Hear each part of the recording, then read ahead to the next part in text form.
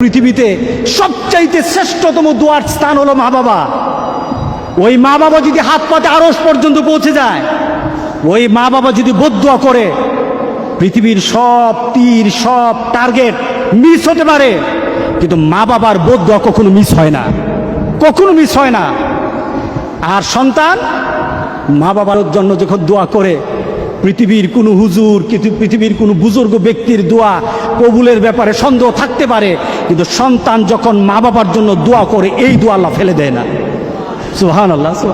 কারণ মা বাবার এই দোয়াটা শিখিয়ে দিয়েছেন স্বয়ং আল্লাহ সুবহানাহু ওয়া তাআলা, রব্বির হামহুমা কামা রব্বায়ানি সাগীরা। আপনি কবরে থাকবেন, আপনি প্রত্যেক নামাজে আপনার সন্তান দোয়া করবে আপনার জন্য, রব্বির হামহুমা কামা রব্বায়ানি সাগীরা। পড়েন, মা বাবার জন্য দোয়া করেন প্রতি নামাজে বলেন মা বাবার জন্য, রব্বির হামহুমা কামা রব্বায়ানি সাগীরা। আপনি দোয়া করেন, দেখবেন আপনার দোয়ার কারণে আপনার সন্তান আপনার জন্য দোয়া করছে। আপনাকে আল্লাহ যেন এমন সুযোগ করে দেয়, এমন কুলাঙ্গার সন্তান যেন আমাদের সন্তানগুলো আল্লাহ না বানায়। সবাই বলেন আল্লাহুম্মা আমিন।